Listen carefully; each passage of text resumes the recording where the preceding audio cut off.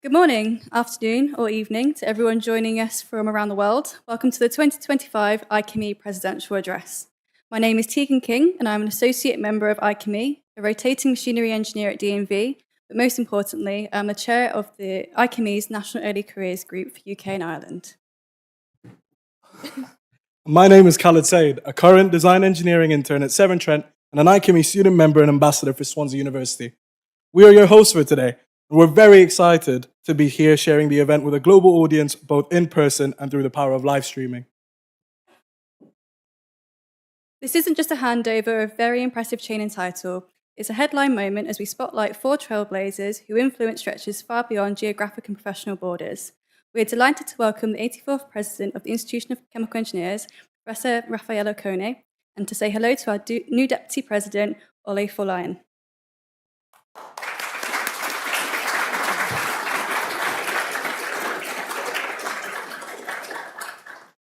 We'll also say a huge thank you and a fond farewell to the 83rd President, Mark Apsey.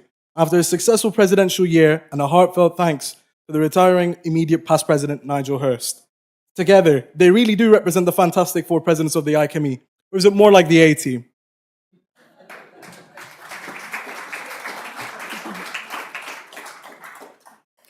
Before we begin, we must go through some housekeeping for those joining us here in person at the spectacular Burlington House in London. We are not expecting a fire drill today, so in the unlikely event of a fire alarm, here's what you need to know.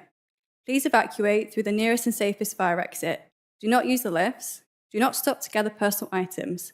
Please make your way directly to the fire assembly area, which is the statue of Sir Joshua Reynolds in the courtyard. Please ask if assistance is required. We are broadcasting this evening's proceedings online, and a recording will be made available via our website and our YouTube channel, so please make sure you are subscribed. Once the formal part of the evening has concluded, we invite everyone here in person to a drinks reception in the area outside this room, where you can meet the presidential team and network with other guests. We apologise to those not with us in person. We would love to share the drinks nibbles with you, but unfortunately AI hasn't invented this yet. Now, let's get down to our primary business. While this evening is about welcoming our new president, Raffaella Ocone, and hearing about her ambitions and priorities for the institution during her presidential year, it is also about saying thank you to the outgoing president, Mark Apsey. Mark has worked closely with Yvonne Baker, CEO, the Board of Trustees, and the staff team to embed a renewed focus on enhancing the member experience, ensuring that every voice was not only heard, but valued. Mark, would you kindly please join me on stage?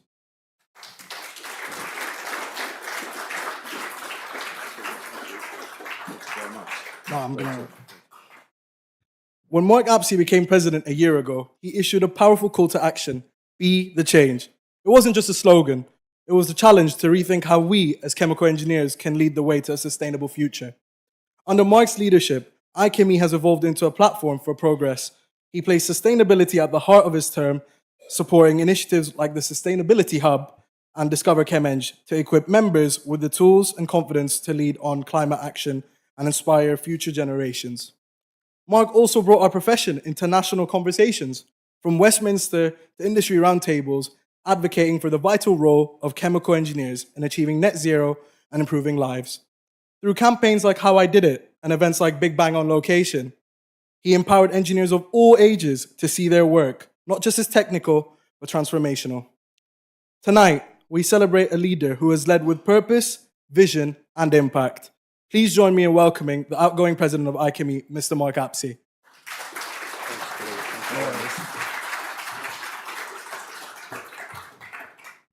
Thank you, Tegan. Thank you, Khalid. Well, welcome again, everybody, from me. Look, it's wonderful to be here with you again at the Royal Society of Chemistry in this fantastic location. And I can't really believe it's been a year, but when I stood here in front of you all a year ago, I spoke about history, science, and engineering a sustainable future. And we can shape a better future, but we must act boldly together. In that address, I shared 2 things that I hope that we could achieve together during my presidential year. First, that we could make our voice heard, as a profession uniquely equipped to tackle the great challenges of our times. And second, that we do more to inspire and support the next generation of chemical engineers, those who are going to carry the torch long after we are gone. Looking back now, I can say we've made real progress. And more than that, we've grown stronger as a community. Let's start with how we've raised our voice collectively and confidently. Although I did fluff that a little bit, so maybe not so confidently. Look, we brought people together across industry, academia, and policy in a series of roundtables to talk about the big questions: energy transition, decarbonisation, hydrogen, cybersecurity, and of course skills. And crucially, we didn't just talk, we listened and we built trust. We took those conversations and learnings into the corridors of power, meeting with MPs, briefing policymakers, and showing that chemical engineers don't just understand science, we understand systems and have lots to contribute. We went global too. At COP29 in Baku, IChemE stood among the world's decision makers, because without chemical engineering, there is no transition. One of the most heartening things this year has been seeing our members step forward and tell their own stories. We've actually had over 50 videos that have been created through the How I Did It campaign. And I want to thank every one of you who've put a video forward, showing the human side of engineering, the failures, the breakthroughs, the grit, the joy, your real stories. Because if you want young people to imagine themselves in our profession, let them hear someone who looks like them say, here's how I did it. And I hope to see many, many more. And the impact, well, it is tangible. We've seen a 6% rise in membership, including a 35% increase in student numbers. That isn't just a statistic. That's a signal. People are leaning in, they're listening, they're stepping up, and they're getting involved. Of course, if we want a sustainable future, we can't just build it, we have to grow it. And that starts with the next generation. This year, our Discover ChemEng campaign reached over 5,000 students and teachers, planting the seeds of curiosity in classrooms up and down the country. At Big Bang on Location, we brought engineering to life in the most unexpected way, using cookies. And not the electronic kind, real cookies. We asked school children to mine chocolate chips with toothpicks and tweezers to simulate lithium extraction. And by the end, the cookies were completely demolished, but the lesson had landed. Well, that's what it takes to make a phone battery. Exactly, practical things that really engage people's minds. And it's moments like that, fun, messy, thought-provoking, that spark imaginations. And the results are already showing. Chemical engineering university applications are up 17% in the UK, and with a 25% rise among young women. And that's a huge step forward. Our online mentoring platform has made over 300 successful matches, building bridges between seasoned professionals and those just starting out. And through IChemE Connect, member groups, and our special interest groups, our community continues to offer support, learning, and a sense of belonging. Meanwhile, our Sustainability Hub has trained over 3,000 members this year alone, making sure that whatever stage people are in their career, they have lots of tools available to do engineering that's not just technically sound, but environmentally and ethically responsible. And look, I'm now come to the end of my time as president, and I want to say this. Look, it's been a real honour to serve both professionally and personally this institution, and to serve with and for all of you. We're not perfect, and our work is far from done, but we are in motion. We're growing, we've made real progress, and we're changing the conversation, and in some cases leading it. I couldn't be more pleased to be passing the baton to Professor Raffaella Ocone. Raffaella is a trailblazer, a systems thinker, and a passionate advocate for a more inclusive, more sustainable future. I know she will continue to take IChemE forward with strength, wisdom, and care. So let me end with this. Chemical engineers are often behind the scenes, but this year we've stepped into the light on policy platforms, on school stages, on video screens, and in boardrooms, and I hope we keep doing that, because the world needs what we have to offer. Thank you for your trust, your support, and your passion. It's been a real privilege. The future's bright, and we can help to engineer a sustainable world where we continue to thrive. Thank you, and I give you Raffaella.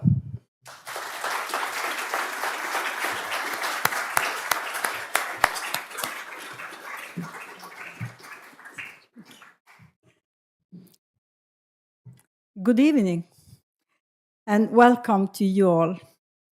Welcome also to those who are joining us online tonight. Thank you very much for your time. It is really an incredible honor to have been elected as the 84th president of IChemE, an institution that serves as the central point of connection for all of us chemical engineers, not just here in the UK, but across the globe.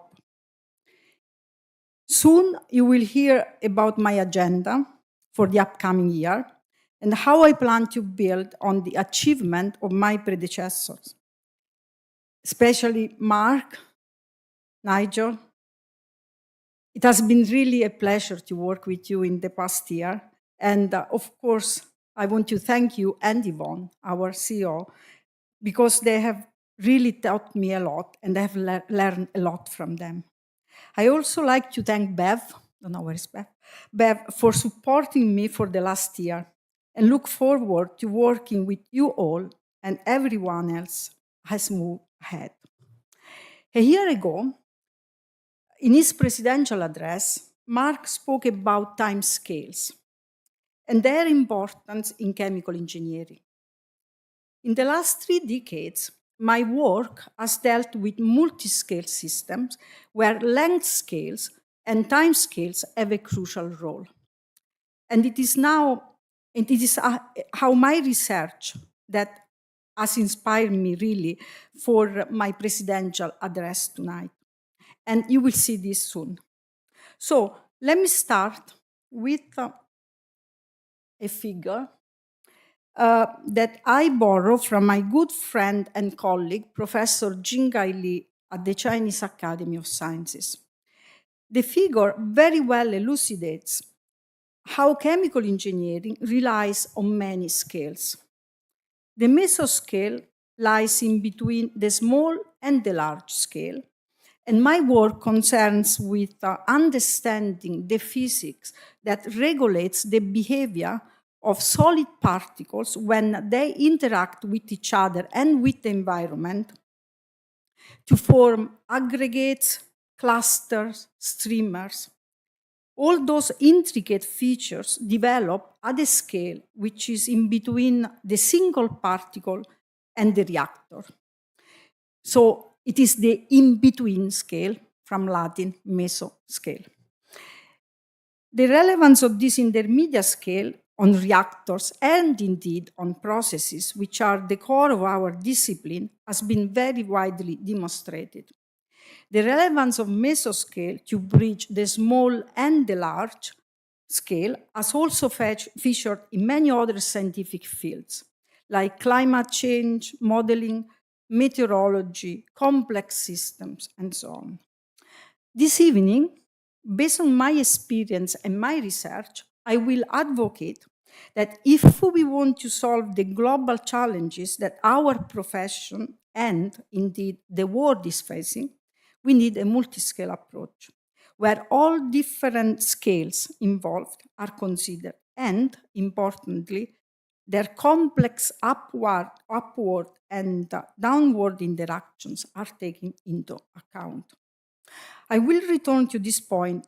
Right now, I really would like to take you through my personal journey that brought me from a very small town in the south of Italy to be your 84th president, following a multi-scale approach.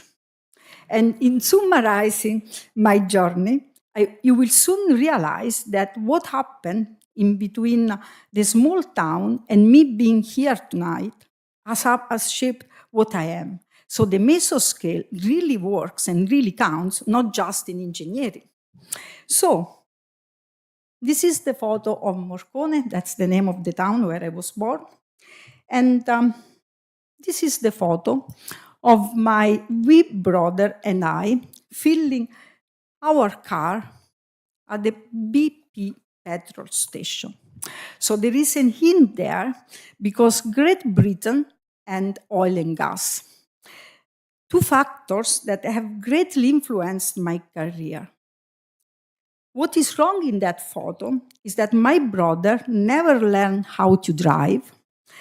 And even today, he doesn't own a driving license. So if you consider just the small scale, some of the outcomes can be wrong. And this happened in engineering as well. When we were children, we were often asked, what would you like to do when you grow up? My brother's constant answer was, I will be a journalist and a writer. And indeed, he started practicing since he learned how to write by producing weekly his own magazine. Well, only our granddad bought it, but that doesn't matter. And when he was 7 years old, he wrote his first book on Karl Marx. So he did everything, even the sketching of Karl Marx.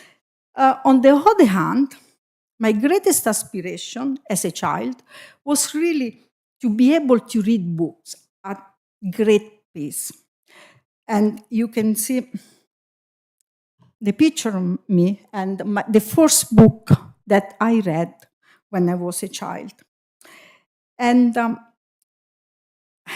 was also very practical. I thought this is not going to be good enough to pay the bills. So to address the problem, I thought of becoming a shepherd. So my sheep could just graze peacefully while I immerse myself in my books. How beautiful. So my first conclusions from my early days is that sometimes aspirations become reality.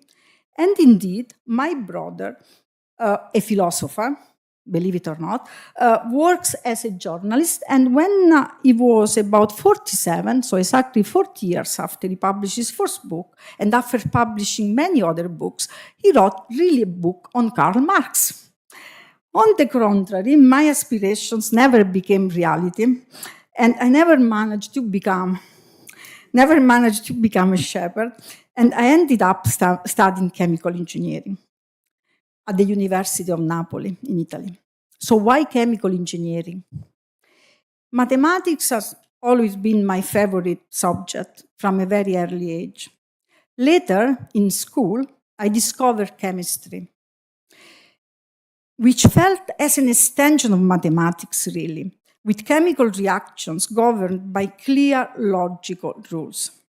When the time came to go to university, I saw chemical engineering as the perfect marriage between maths and chemistry.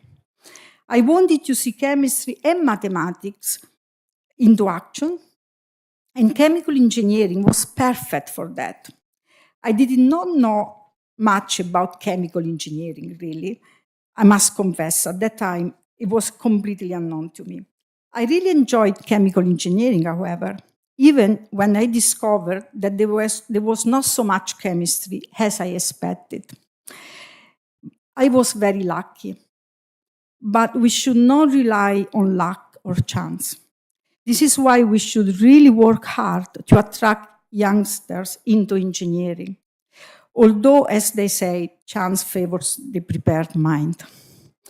I was fascinated by engineering because it is both analytical and creative, transforming knowledge into practical solutions.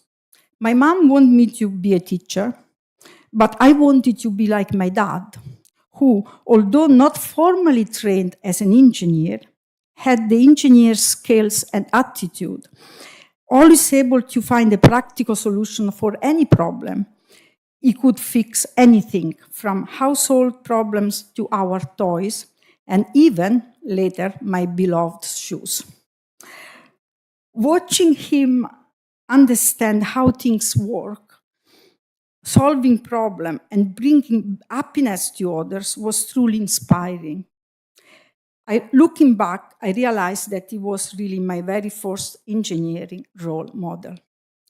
Academia also came by chance when I discovered during my last undergraduate year research, and I ended up doing a PhD. I ended up to do a PhD at Princeton, and that's my class at Princeton. Whilst I was at Princeton, I got acquainted with the vagaries of the US academic system.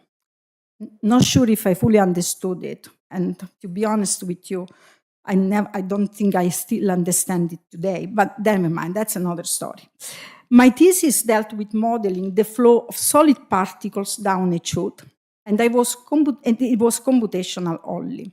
However, model validation is very important, as we know. And I had access to the experiments that my good friends, Stelios and Prabhu, were undertaking. And this is a picture of us standing by a hopper. As good engineers, you soon realize that there was not very good health and safety practice, even at Princeton on those days, but thank God we have gone a long way on safety. I mainly spend my time working at the computer, and I remember vividly when I got my first email. It was Prabhu who had to tell me that I had an email, since I couldn't not see it. I didn't know what an email was. So he said to me, look, there is an email for you. And at the time, I didn't even know what a commercial code was. And I did all my coding on my own by hand. And you can see I still keep some of the coding that I wrote at the time. Very happy times, actually. Whilst at Princeton, I attended my first conference where I presented my work on the application of kinetic collisional theory of gases extended to solid particles. You can imagine how nervous I was, probably more nervous than tonight. It was my first conference, my first performance in an international context. At the end of the presentation, a tall gentleman raised his hand to ask a question. His accent was clearly British. He introduced himself, and surely you know that gentleman. He might be actually here. I can't see because I don't have my glasses on. But eventually he became the president of IChemE, Jonathan Seville.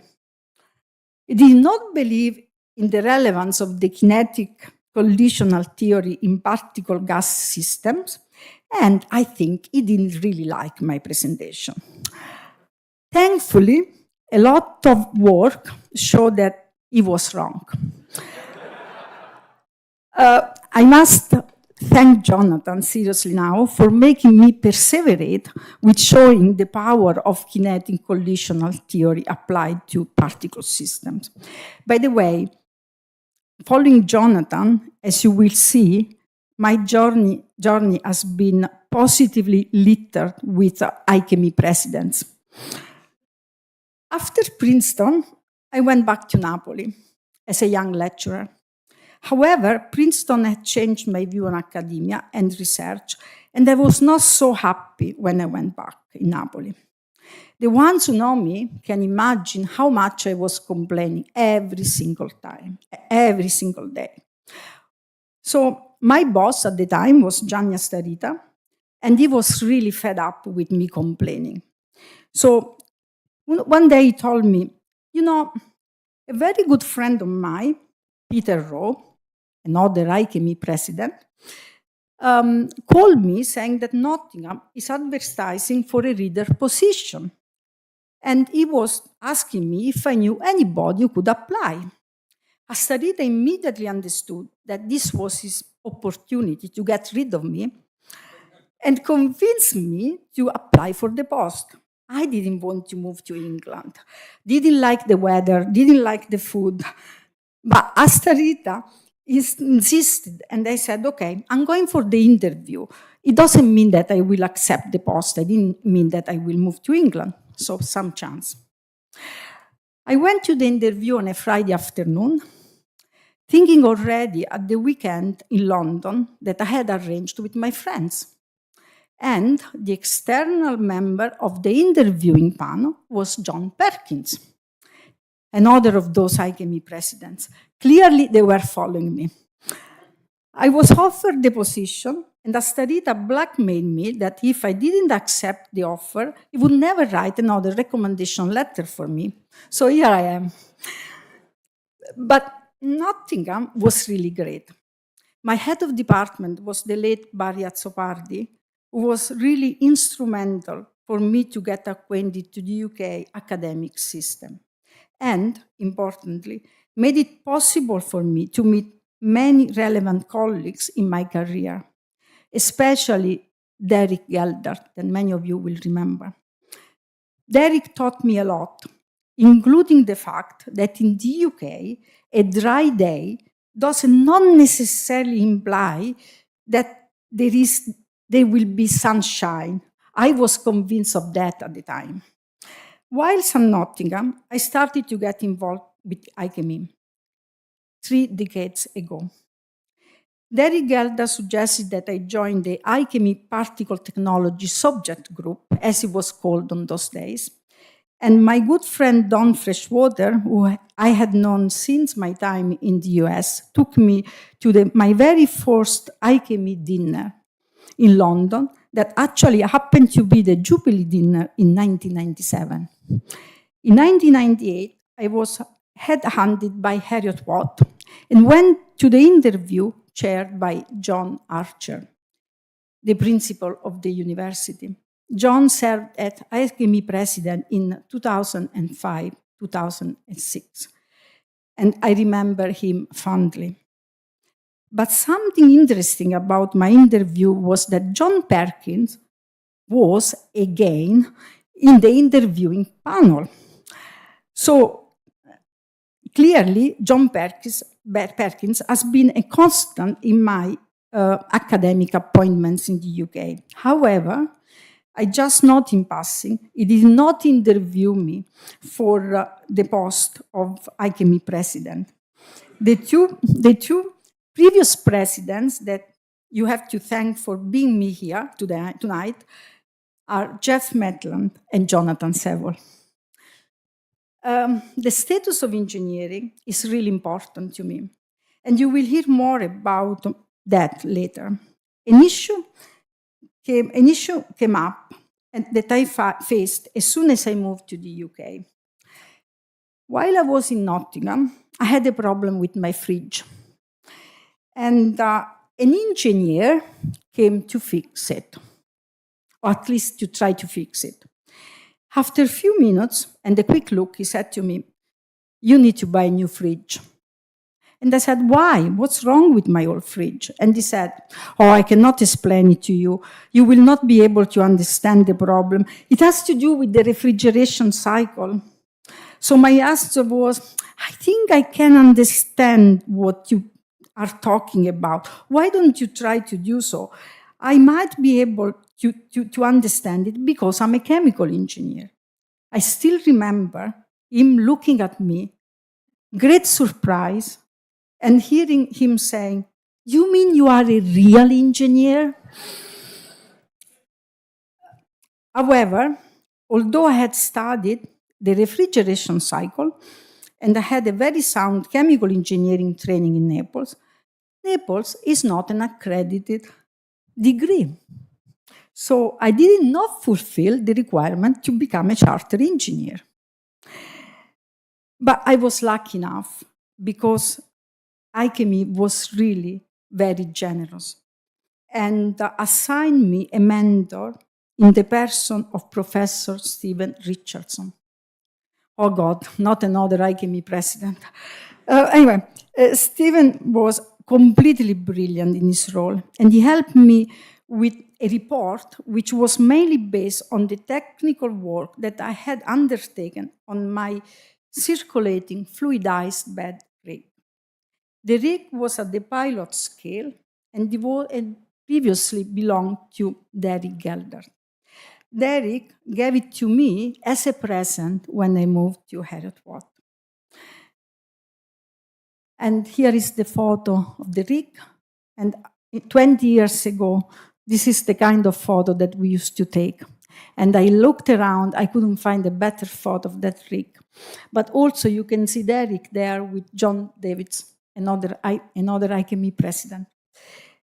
With this rig, we were able to validate the model that we developed, and that was based on understanding how particles interact at the mesoscale. Our predictions were very good, and we showed that the mesoscale is indeed highly relevant if one wants to model and predict the behavior of fluidized bed reactors. The work that we undertook has been of interest to companies, and indeed my current work that is funded in those early studies is sponsored by Petronas. The advice that I would like to pass to the next generation of chemical engineers, the ones that are studying chemical engineering or we will study chemical engineering in the future, is that do not be afraid if the focus of your research or your work and your challenges change. What you learn in chemical engineering is not only highly transferable, but is also so fundamental. It can be applied to virtually all of the problems that you will face during your professional career. So believe me, this is true. If I look back to my own career, my very early work dealt with kinetics of complex systems. The work that I produced with Astarita on lumping nonlinear kinetics was widely applied in the petrochemical industry. My current work deals with pyrolysis and gasification of biomass aimed at producing hydrogen. As you well know, the emphasis and research of many energy companies is shifted towards energy transition, and so is our research.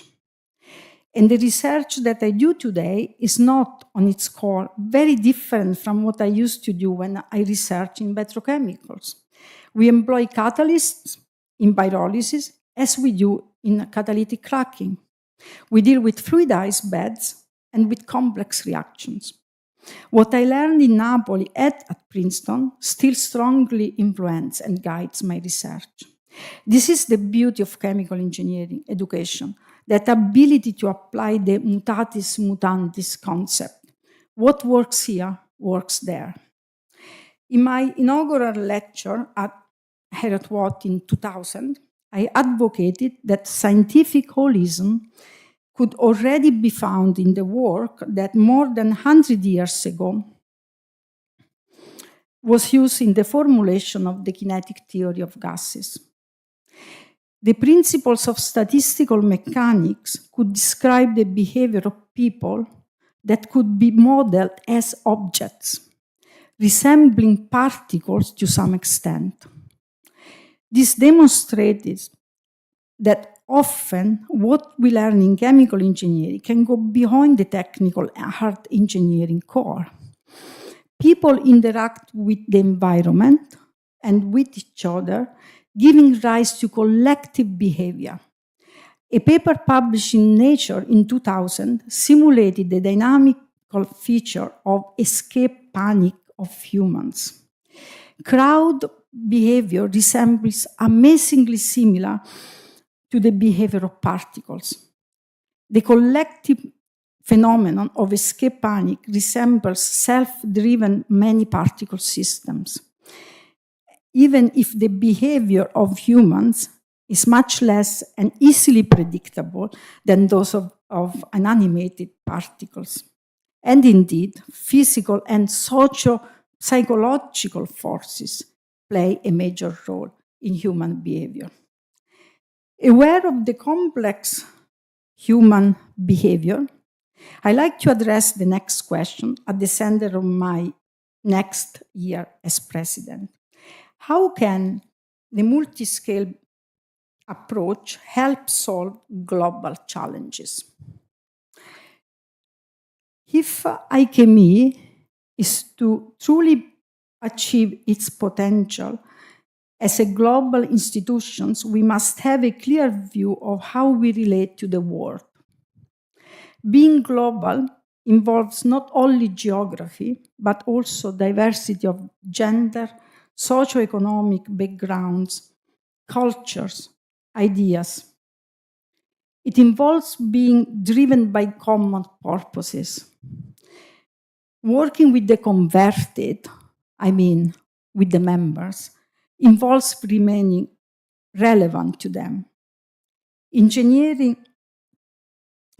Reaching the community that are not well acquainted with chemical engineering and the chemical engineers who are not members involves the additional challenge of being influential, showing a community of values and having the right to be trusted.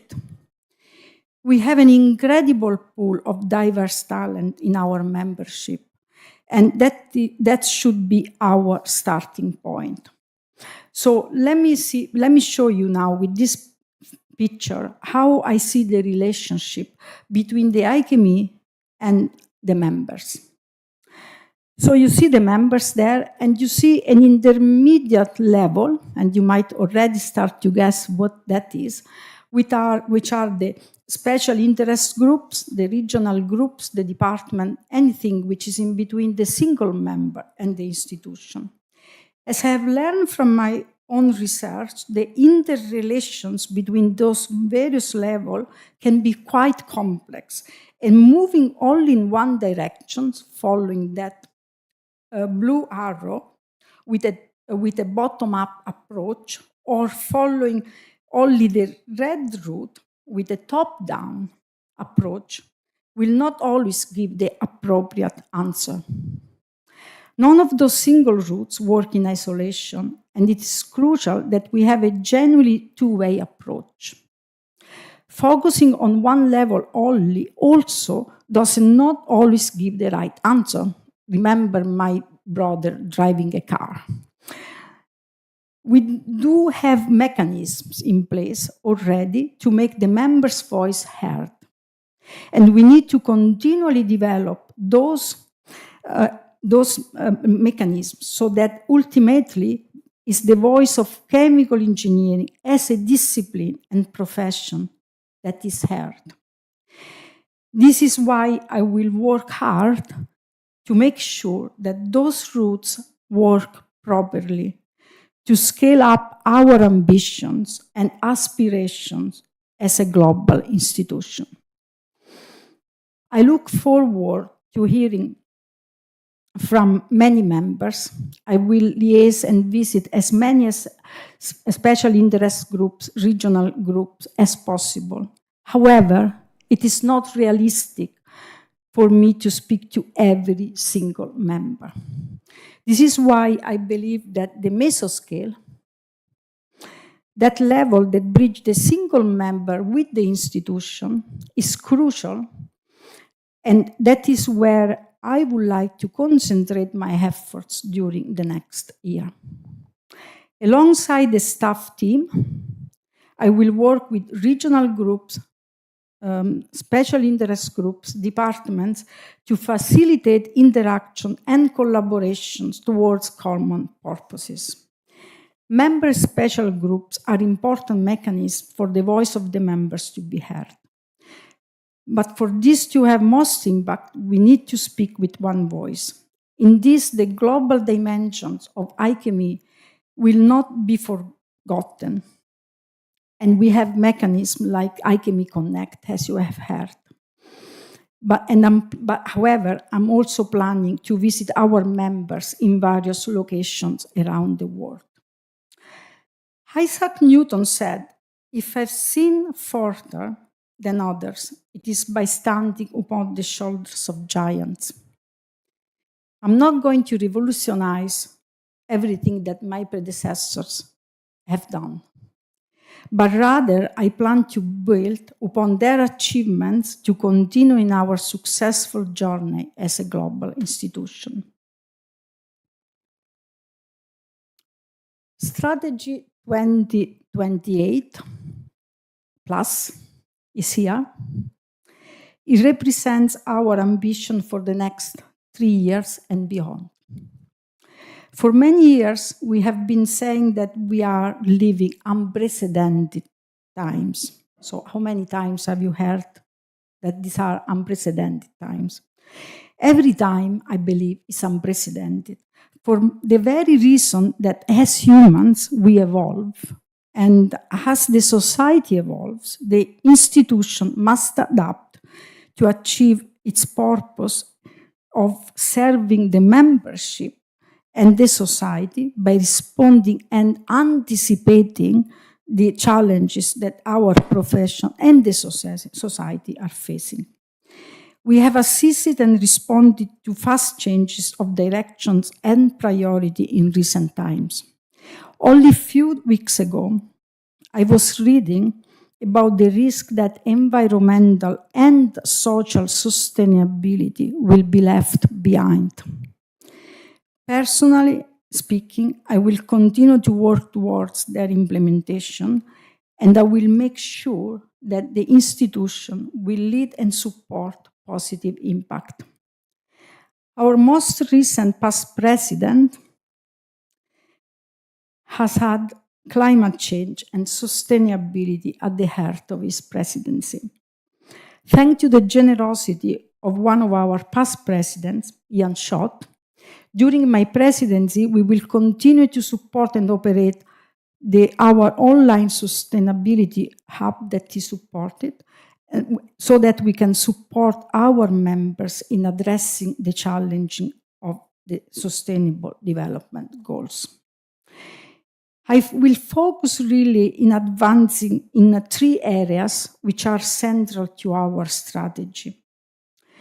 Attracting and retaining talent, and this includes also encouraging young people and early career professionals, the status of engineering, and the code of conduct and ethics. I'm really committed to creating a community for everyone. Attracting diverse range of talents is key to the future of chemical engineering, and ensuring we continue our ability to positively impact the world. You have heard about my own journey in chemical engineering. I hope that for many others, their journey to chemical engineering does not come by chance, as it was for me. We must raise ambition and nurture aspiration, as I said. In April, I attended the ChemEng Day 2025 at Sheffield. I was absolutely taken by the participation and engagement of students and early career professionals. I was impressed by the breadth and the depth of the contributions, showing that the impact that chemical engineering has in a variety of areas, and I was also reassured that the discipline is in very good health. Seeing so many students and early career colleagues confirm my willingness to continue to support young people to join chemical engineering and the institution, to continue to support and nurture talent, to celebrate success. This is why I will continue to support the Young Engineers Award for Innovation and Sustainability. As we expand the awards and work to make those awards really global and inclusive. I hope that our award winners will work with me and others to actively champion the Discover ChemEng campaign. I'm delighted to announce that we will take Discover ChemEng live to 3 geographical areas in the UK, specifically Middlesbrough and Teesside, the Northwest, and close to my home, Grangemouth, where individuals and communities may feel that there is a lack of opportunities following changes in local industry over the recent times, and chemical engineering is not for them. We will pilot 60 school events with the ambition to reach in the future other geographical areas in the UK and indeed internationally. Alongside graduate routes into chemical engineering, we will raise the understanding and profile of technician and apprenticeship options. I'm also very aware of the need to support those already within our community, so that we not only attract great people, but we also retain them and help them in their role in career. I will support expansions and enhancement of our continuous professional development offer and technical support, leading towards the realization of our strategic goals. We must work towards greater collaboration. During my presidency, I will commit to help enable members to achieve their potential I believe that we have the opportunity to support members even better if we have greater interaction, as I said, between that meso level, member groups and special interest groups. Since I joined the IChemE more than 20 years ago, I have been a member of the Particle Technology Subject Group first, and then the current Particle Technology Special Interest Group. SIGs have a great influence within the community and that they serve, but they could achieve even more if they work in synergy between them and indeed with the local members groups. And if now we want really to attract more students into chemical engineering and retain the talent that we have the obligation to safeguard the profession and to maintain the trust that the public has in engineering. This is why I would like to work towards the enhancement of the status of the profession. This does not concern chemical engineering alone, and we cannot work in isolation. I thank my predecessors, Mark and Nigel, and Yvonne, because they have undertaken a huge amount of work, speaking to other professional bodies and institutions, including, for example, Engineers Australia, Engineers Ireland, and the ACHE. I will continue to enhance interactions with other institutions and learned society, nationally and internationally, to assure that we share good practice. I like to think that I can work with continental Europe, building on my previous professional experience and a couple of European languages that I speak better than English.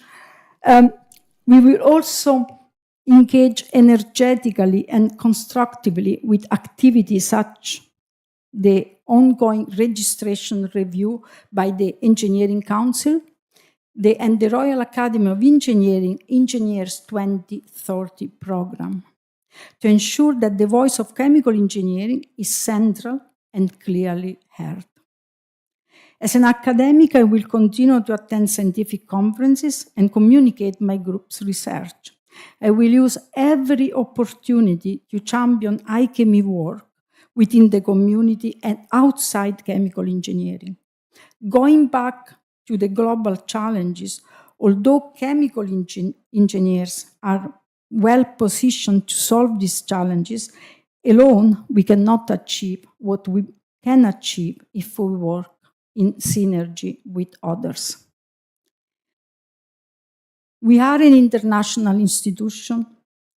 Personally, I'm a migrant. And having had the opportunity to work in 5 different countries, I have experienced personally how important openness, inclusivity, and diversity are in achieving workable solutions. You have listened to my story about my first acquaintance with engineers when I came to the UK. I must admit that today I'm not so concerned about the title per se. This, however, does not mean that we should not work towards enhancing what the title implies and how people understand and value it. And I mean professional competence, commitment to professional ethics, practice, and responsibility. We share good practices with other professions and other countries. Medics take the Hippocratic Oath. In Canada and US, engineers take an oath too. I do not see why we could not follow such examples and publicly commit ourselves to uphold ethical standards. We will introduce conferring ceremonies to recognize and celebrate individuals as they achieve their professional registration. And we will work with them and others to communicate their journey and show how, in their work, they are truly being ethical and they can bring effective engineering to life. That takes me neatly to the next point that I would like to make about the code of conduct and ethics. IChemE will be shortly launching a new code of conduct and ethics, building on our heritage whilst looking into the future. I'm committed to this being so much more than a document with which members must comply. I want to help bring it to life and to make it relevant for everyone. I believe strongly, as I'm sure you do, that ethics, professionalism, social responsibility are all inextricably linked, and once again, I invoke here a multi-scale approach, and we must not only embrace professionalism by simply conforming to the rules of the role of code of conduct. We must live it and ensure that it's embedded in everyday activity that we do, and then it becomes truly meaningful. At the intermediate level, the mesoscale, there are always, of course, some competing mechanisms and priority, such as cultural environment and societal factors, as well as our own upbringing, our personal morals. Engineers must be supported in navigating those tensions and situations wherever they arise. And I want that IChemE to be doing this actively through training, exemplification, and other kind of support. In particular, I will work towards closer engagement with undergraduates and early career professionals in terms of ethics and behavior. With IChemE developing guidance where appropriate, making sure that the code is approachable and aspirational, and communicating what the code means both to the membership and the clients who will engage with chemical engineers. We will also look to showcase and recognize great practice from individuals, business, and sectors. As I approach the end of my presidential address, I'd like to thank you all for being here this evening and everyone who joined us online. I also would like to thank my family, especially my philosopher brother, to whom I demonstrated, I hope, that engineers can do ethics, whilst I'm still waiting for him to show me that philosophers can do engineering. I would like to thank my friends, my colleagues, and my students around the world. Without their continuous support and encouragement, I could not be here tonight. Above all, my message is that the future of chemical engineering is bright, and the future of IChemE is even brighter. We possess great means, tools, and skills that will strategically lead IChemE and the profession towards the future. I look forward to working with you all to ensure this future where our profession will thrive. Please do get involved. The institution needs you. We need all kinds of people. Thank you.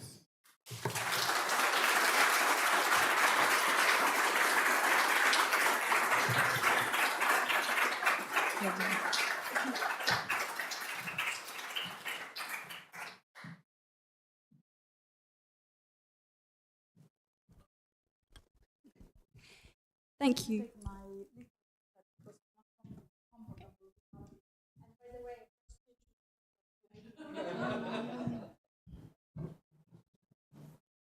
Thank you, Raffaella, for such an interesting, thought-provoking and inspiring address. I'm sure everyone here and watching online is excited to see what you achieve in the months ahead. I have a couple of questions that will help give us an insight into your ambitions as the 84th President of IChemE. In your address, you emphasised the importance of fostering greater diversity within the chemical engineering profession. What, in your opinion, are the most significant factors that we must address to effectively attract, support, and retain an appropriate diverse range of people in our sector? Thank you for the question. I do believe that, as I already said in my address, diversity comes in many different facets and forms and situations. And this is why I think that we should not concentrate on gender only, but we should also tackle socioeconomical factors that might make people not achieving the kind of education that they could achieve. And this is where we have to work hard, because the socioeconomic background can influence the choice of some people. I was lucky, but not many people can be so lucky. I also think that, we concentrate on engineering, and we think always about very traditional routes into engineering. There are also so many non-traditional routes into engineering. And that is also where we need to make to input what we can do for people who come from not traditional routes. And this is another thing that I really believe that we should recognize. Of course, we concentrate on engineers, and you have seen what my encounter with engineers, but there are also technicians and other professionals in our community and in our membership that we will need to support. Of course, you have heard the very nice, the very good, encouraging percentage of women. I'm not going to say that gender is not an issue. It is also an issue. And we are doing better than other institutions. However, we should not just be complacent with that. We should not just say this is good. And we have to make sure that we work towards that. However, I think that, one of the problems that I see is that we cannot attract more women, or indeed more different people, if we don't support them. So we have to make sure that we provide them with the right support, because we don't want to lose talent. And that's the important thing. So this is why I think, and I will finish with that, we need everyone, like I said. We need volunteers, and I want to thank all the volunteers really for the excellent work that you have done and you are doing for us. And they are the ones that can help the institution. Please try to mentor youngsters. Please support the Young Engineering Award in Innovation and Sustainability. Help us with the Discover ChemEng campaign. We are really scaling it up, so we need your help. And that is where I think that we can really make the community diverse but also inclusive, where we don't have just numbers, but those numbers are also supported and heard. Thank you, Raffaella. That is certainly a topic that's close to my heart, and I'm excited to see that fostering diversity is a key part of your ambition. I would now like to move us on to ethical practices and conduct. How do you think we can more effectively raise awareness and promote a deeper understanding of our professional code of conduct and ethics, particularly in terms of their practical application? Again, this is a very great question. I got involved with ethics in engineering 20 years ago. And one of the things that always bothered me was the fact that the code of conduct and ethics look like a long list of things that you have to comply with. And if I comply with it, I tick the box and I'm done. I don't want that. I think that you will see, all will see the new code of conduct and ethics. And it's a sharp document. It's not a long document. But I think that what we need to do is to bring it to life. And this is, again, where we need the help of everybody. Because I'm sure that there are students, there are professionals, They are retired members. All of them have stories to show and to share. So please share your stories. There is still the opportunity to contribute videos, so please do that. And share good practice. Another thing that I'm always really not happy about. Why do we speak about ethics only when we have a disaster? Ethics is also celebration of good practice. So let's celebrate what we ethically and responsibly we do well. And we do well many things. There are areas that will give us some food for thought, I suppose. New technology, emerging technologies, AI. AI is something that we really need to work carefully when it comes to ethics. And in general, for this emerging technology, again, I think that we should reflect also on the past. We should reflect on what we did wrong, but we should also reflect and consider what it can come in a way of anticipating the ethical dilemma, the ethical problems. So I really think that we should not do a posteriori ethics, looking at past disaster, but anticipating what the unwanted consequences of what we do can be. So again, I think that it's by working together at that intermediate level that we can really all together achieving a lot. And not forget that I mentioned that we are introducing the conferring ceremony for all registrations. It's a time when we celebrate, and sometimes to give you a little piece of paper and understanding what that piece of paper is, stick to your mind, and that is something which we can remember for the rest of our career. So this is why I was mentioning the Hippocratic Oath. All medics do that, and they, I hope, remember every time they see a patient. So I think that, and again, there will be a lot to do also around the registration, the engineering council work, and again, I don't see really all the 3 points that I have discussed about disconnected. They are all part of the same story, and this is what I hope that we can do all together, really. Lovely, thank you. That was such a fascinating insight into your priorities for the year ahead. I'm sure that everyone here will want to take something away to act on and support your ambitions. Before we close this event, I'd like to invite Nigel Hurst, 82nd President of IChemE, to propose the vote of thanks in the traditional way. Before Nigel speaks, I would like to thank him on behalf of the institution for all of his hard work over the last few years. He really has been incredible support and guiding light for the staff teams, trustees and members in the run-up to, during and beyond his presidential year. I invite you all please to join me in showing our appreciation for Nigel.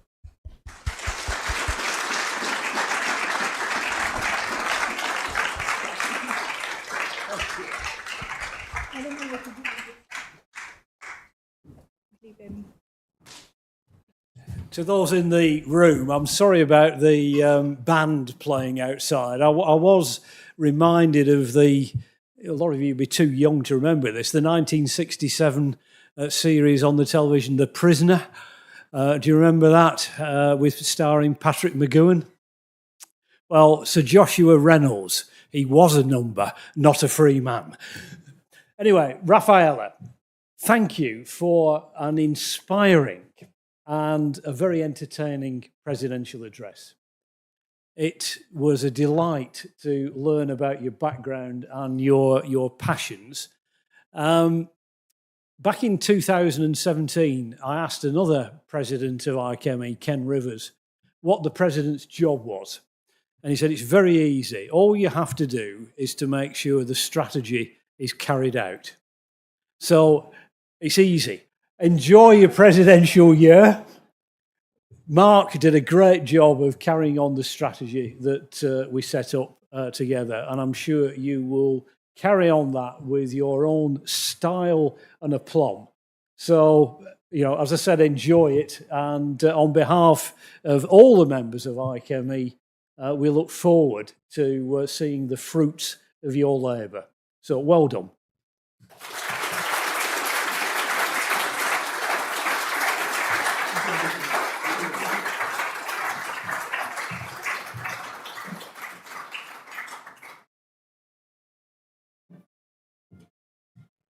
We rejoin you now on stage to conclude the formal part of the evening, the presidential address of Raffaella Ocone, the 84th President of the Institution of Chemical Engineers.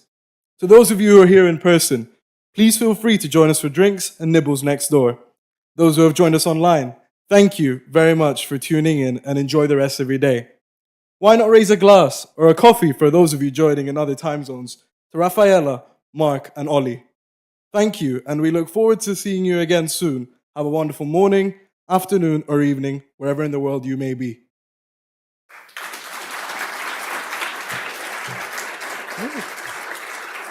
Good.